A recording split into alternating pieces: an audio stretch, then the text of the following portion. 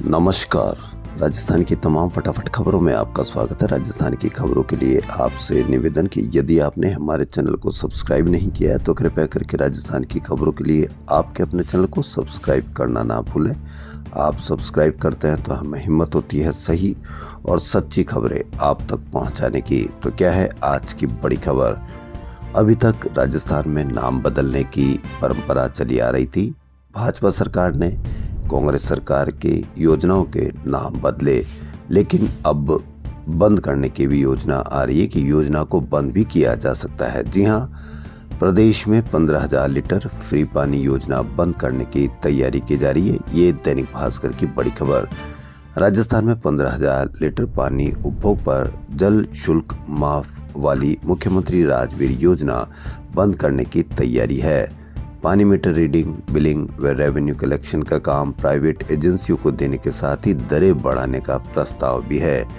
यानी एक तो पानी बंद और दूसरा जो पानी आएगा उस पे दरें भी बढ़ा दी जाएगी।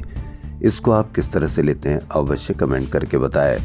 विभाग ने प्रारंभिक स्तर पर तैयारी शुरू कर दी है। सीएमओ में समीक्षा बैठक और जेजेएम ऑपरेशन पॉलिसी की चर्चा के दौरान पानी की दरों को लेकर अधिकारियों ने विभाग की राजस्व स्थिति सरकार के सामने रखी।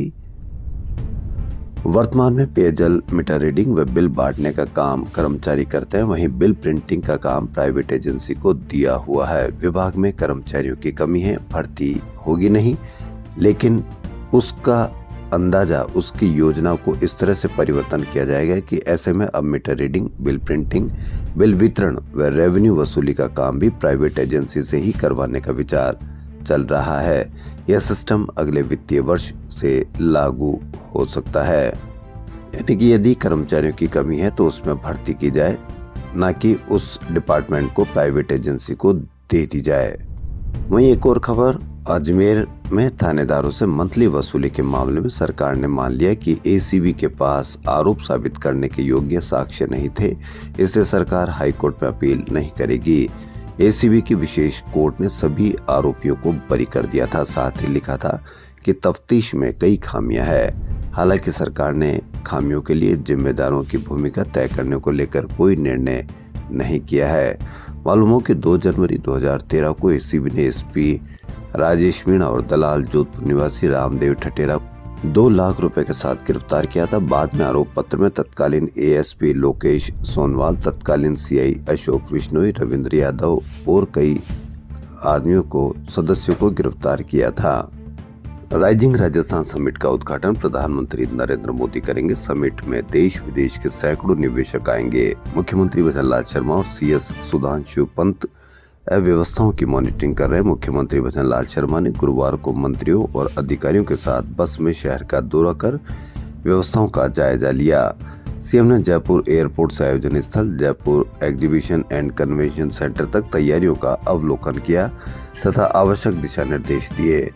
मुख्यमंत्री ने निरीक्षण के दौरान अधिकारियों को निर्देश दिए कि समिट में देश विदेश से शामिल होने वाले निवेशकों, उद्योगपति तथा अतिथिगणों के आतिथ्य में किसी भी तरह की कोई कमी नहीं आनी चाहिए।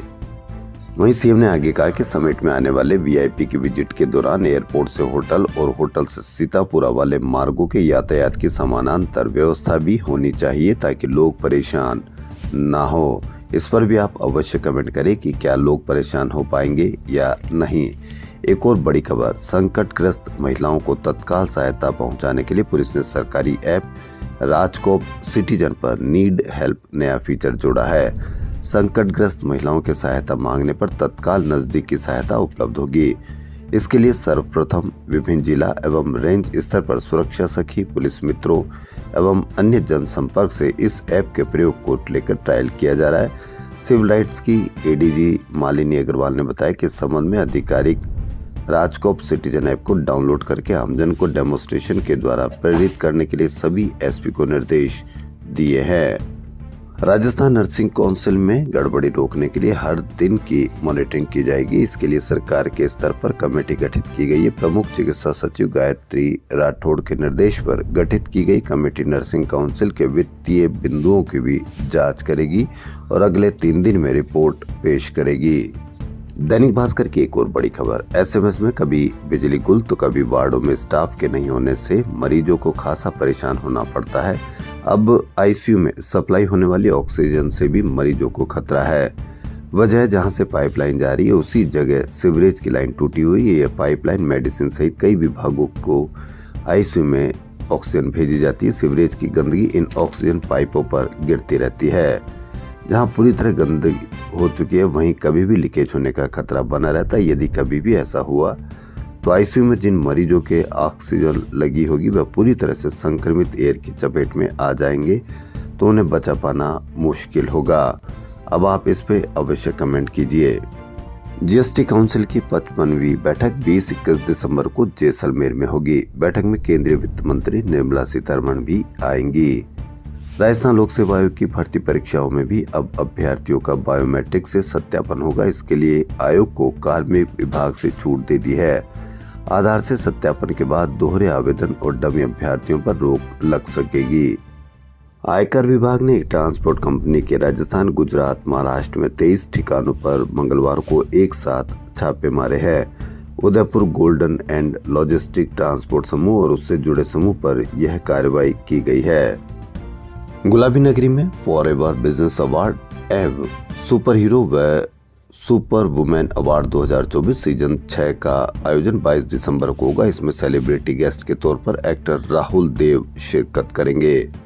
अर्धवार्षिक परीक्षा शीतकालीन अवकाश में कराने को लेकर उठा विवाद अभी थमा भी नहीं था कि इस परीक्षा को लेकर अब एक नया विवाद खड़ा हो गया।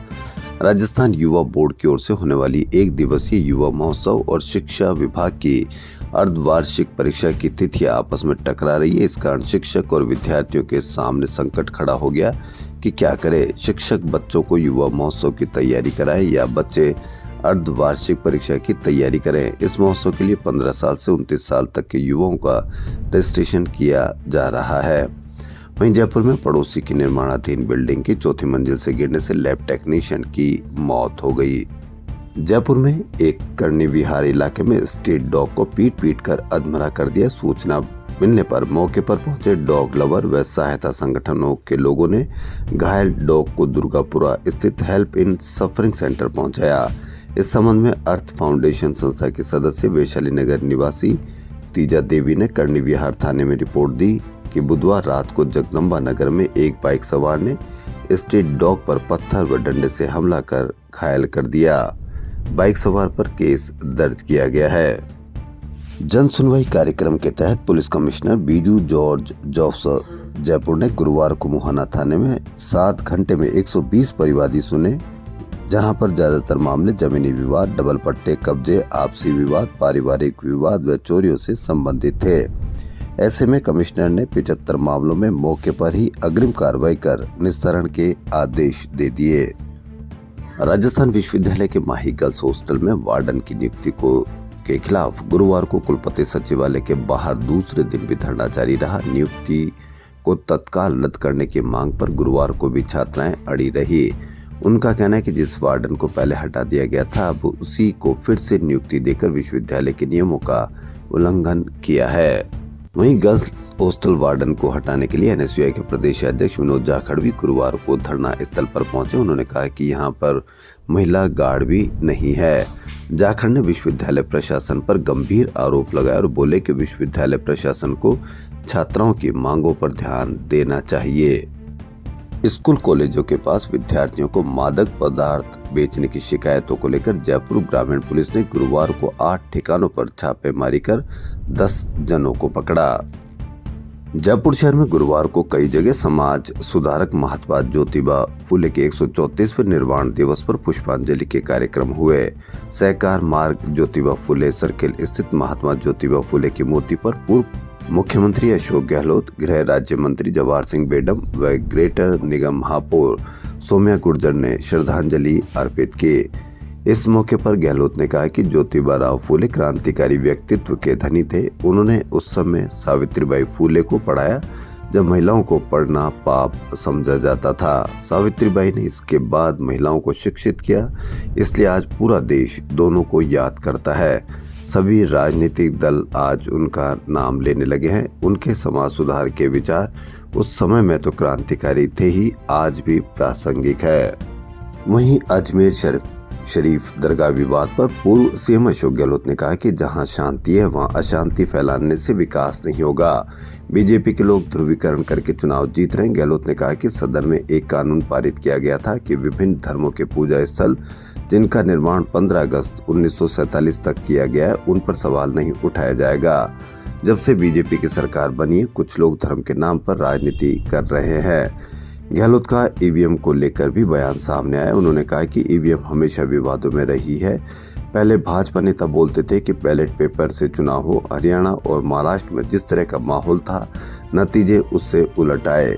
माहौल ऐसा नहीं था कि एक तरफा नतीजा है। गहलोत ने ईवीएम पर कांग्रेस के राष्ट्रीय अध्यक्ष मल्लिकार्जुन खड़गे द्वारा उठाए जा रहे सवालों का समर्थन किया है। वहीं उपचुनाव के नतीजों के बाद प्रदेश कांग्रेस में हलचल तेज हो गई। संगठन बदलावों को लेकर नेताओं की दिल्ली से जयपुर तक लॉबिंग और मीटिंग बढ़ गई है। पूर्व मंत्री हरीश चौधरी भी गुरुवार को पीसीसी वार रूम पहुंचे। पीसीसी चीफ गोविंद सिंह डोटासरा से मंत्रणा की। इससे पहले दिन में हरीश सचिन पायलट से भी मिले। दूसरी तरफ सचिन पायलट से पिछले 24 घंटे में 100 से अधिक नेता मिल चुके हैं। डोटासरा के पास भी बड़ी संख्या में नेता पहुंचे हैं। अशोक गहलोत के स्तर पर भी मीटिंग चल रही है। राजस्थान सरकार द्वारा संचालित मुख्यमंत्री निःशुल्क दवा योजना में शामिल दवाओं का दायरा बढ़ाने पर गुरुवार को मंथन हुआ। 390 औषधियों का परीक्षण किया गया, लेकिन यह बताया कि इनमें से कितनी योजना में शामिल की जाएगी। योजना के तहत मरीजों का उपचार करने के लिए औषधियों का दायरा बढ़ाने के उद्देश्य से तकनीकी सलाहकार समिति की बैठक प्रबंध निदेशक नेहा गिरी की अध्यक्षता में हुई। राजस्थान कांग्रेस कार्यालय की तरफ से अब तक रोजा इफ्तार पार्टी ही आयोजित की जाती थी। अब कार्यालय में नई पहल होने जा रही है। शुक्रवार को यानी आज पीसीसी में पहली बार अन्नकूट प्रसादी का आयोजन होगा। पंगत प्रसादी का आयोजन जयपुर जिला कांग्रेस अध्यक्ष आर तिवारी और टीम द्वारा किया जा रहा है। इसमें पीसीसी चीफ गोविंद सिंह डोटासरा, पूर्व सीएम अशोक गहलोत सहित कई नेता व कार्यकर्ता शामिल होंगे। सचिन पायलट के पीसीसी चीफ कार्यकाल में होली, दिवाली, स्नेह मिलन कार्यक्रम भी हुए। न्यूनतम मजदूरी सलाहकार मंडल की बैठक में 26 रुपए प्रतिदिन की बढ़ोतरी का ट्रेड यूनियनों ने अवैज्ञानिक व गलत बताया। एटक के प्रदेश महासचिव कुणाल रावत ने बताया कि इतने कम वेतन में श्रमिकों का परिवार चलना मुश्किल है। उक्त बढ़ोतरी मनमाने ढंग से की गई है। ऐसे में 26 रुपए बढ़ोतरी का कोई वैज्ञानिक आधार नहीं है। उन्होंने मांग की कि सरकार को एक उप समिति बनाकर सुप्रीम कोर्ट के फैसले के आधार पर गणना करनी चाहिए। राजस्थान शिक्षक संघ सियाराम के शिक्षा सचिव को ज्ञापन भेजकर कहा है कि अधिशेष शिक्षकों का समायोजन काउंसिल के जरिए किया जाए। अगर काउंसलिंग नहीं की गई तो इसमें भ्रष्टाचार होगा। संघ के प्रदेश अध्यक्ष वीरेंद्र शर्मा और संगठन के प्रदेश महामंत्री रामदयाल मीणा ने कहा कि अधिशेष शिक्षकों के समायोजन के संबंध में 14 नवंबर को जारी दिशा निर्देशों में कई प्रकार की विसंगतियां हैं। इन विसंगतियों के कारण शिक्षकों में विभागीय अधिकारियों के प्रति गहरा रोष है। संगठन ने अधिशेष शिक्षकों के समायोजन संबंधित दिशा निर्देशों में आवश्यक बदलाव कर इन्हें व्यवहारिक बनाने की मांग की है। संगठन के मुख्य महामंत्री नवीन कुमार शर्मा और संगठन के प्रदेश प्रवक्ता मुकेश मीणा ने कहा कि अधिशेष शिक्षकों के समायोजन का कार्य काउंसलिंग प्रक्रिया द्वारा ही किया जाए। काउंसलिंग द्वारा पदस्थापन देने से इसमें पारदर्शिता रहेगी, साथ ही भ्रष्टाचार व भाई भतीजावाद जैसी स्थिति से भी बचा जा सकेगा। राइजिंग राजस्थान की तारीखें तो अभी आई भी नहीं है। उससे पहले राइजिंग राजस्थान को लेकर जेडीए की ओर से शहर में सड़कें बनाई जा रही है। जल्दबाजी की वजह से ठेकेदार सड़क मोटाई और क्वालिटी मेंटेन नहीं कर पा रहे हैं। इस संबंध में स्थानीय लोगों ने जेडीए अधिकारियों को शिकायत की है। चित्रकूट निवासी राम साहे ने बताया कि जेडीए के जोन 7 की ओर से चित्रकूट सेक्टर 9 में डामर की सड़क बनाई जा रही है। डामर की मोटाई 80 mm होनी चाहिए, लेकिन ठेकेदार डामर की मोटाई मापदंड के अनुरूप नहीं कर रहा। पीआरएन साउथ में मान्यवास स्थित पत्रकार कॉलोनी में सीवरेज लाइन डालने की वजह से सड़क तोड़ी गई थी। उस गड्ढे को रोड़ी से भी नहीं भरा गया। इस वजह से सड़क धंसने की आशंका बढ़ गई है। आरपीएससी द्वारा गृह विभाग में उप निरीक्षक दूरसंचार के कुल 98 पदों पर भर्ती की जाएगी। ऑनलाइन आवेदन की प्रक्रिया गुरुवार से शुरू हो गई। अभ्यर्थी 27 दिसंबर तक आवेदन कर सकेंगे। राजस्थान कर्मचारी चयन बोर्ड की ओर से 1 दिसंबर से 3 दिसंबर 2024 तक पशु परिचर सीधी भर्ती परीक्षा 2024 का आयोजन किया जाएगा। इस परीक्षा में जयपुर में सर्वाधिक 2,60,163 अभ्यर्थी परीक्षा देंगे। परीक्षा के लिए जयपुर शहर में 130 केंद्र बनाए गए हैं। राजस्थान लोक सेवा आयोग द्वारा कृषि अधिकारी प्रतियोगी परीक्षा 2024 के लिए पुनः आवेदन की प्रक्रिया शुक्रवार से शुरू हो रही है। अभ्यर्थी 13 दिसंबर तक आवेदन कर सकेंगे। नेशनल बोर्ड ऑफ एग्जामिनेशन ने साल 2025 में मार्च अप्रैल तक की परीक्षाओं की तारीखें घोषित कर दी है। हालांकि नीट पीजी 2025 की तारीखों की घोषणा नहीं की है। वहीं राजस्थान लोक सेवा आयोग द्वारा सहायक आचार्य प्रतियोगी परीक्षा 2023 के तहत अंग्रेजी विषय के पदों पर भर्ती के लिए 9 दिसंबर से इंटरव्यू शुरू होंगे। रेलवे भर्ती बोर्ड द्वारा ALP पदों पर भर्ती के लिए कंप्यूटर बेस्ड टेस्ट प्रथम का आयोजन जारी है। गुरुवार को चौथे दिन 25,000 अभ्यर्थियों ने परीक्षा दी। उपचुनाव में दौसा सीट से भाजपा प्रत्याशी जगमोहन मीणा की हार के बाद कृषि मंत्री किरोड़ी लाल मीणा ने दूसरी बार सोशल मीडिया पर पोस्ट करके विरोधियों पर तंज कसा है। जगमोहन मीणा कृषि मंत्री के भाई हैं और मंत्री किरोड़ी लाल ने दौसा में भाजपा की जीत के लिए रात दिन मेहनत की थी, लेकिन जगमोहन केवल 2300 वोटों से हार गए। कृषि मंत्री किरोड़ी लाल मीणा ने विरोधियों पर तंज कसते हुए सोशल मीडिया पर लिखा कि सूरज मुझसे आंख मिलाते घबराता है, चांद सितारों की औकात है क्या। उन्होंने आगे लिखा कि खेला हूँ मैं सदा आग से अंगारों के गांव में, मैं पलता फलता आया जहरीली फनकारों की छाव में। इतने कांटे चुभे कि तलवे मेरे छलनी हो गए, चलने का है जोश वाला फिर भी मेरे पाँवों में। उन्होंने लिखा है कि बहुत बढ़िया है कि मुझे मार दे, नहीं मौत में दम इतना, कब्र मजारों की औकात है क्या। सूरज मुझसे आंख मिलाते घबराता है, चांद सितारों की औकात है क्या। राजस्थान की खबरों फिलहाल इतना ही। यदि आपको हमारा चैनल पसंद आए तो लाइक, सब्सक्राइब और शेयर अवश्य करें। धन्यवाद।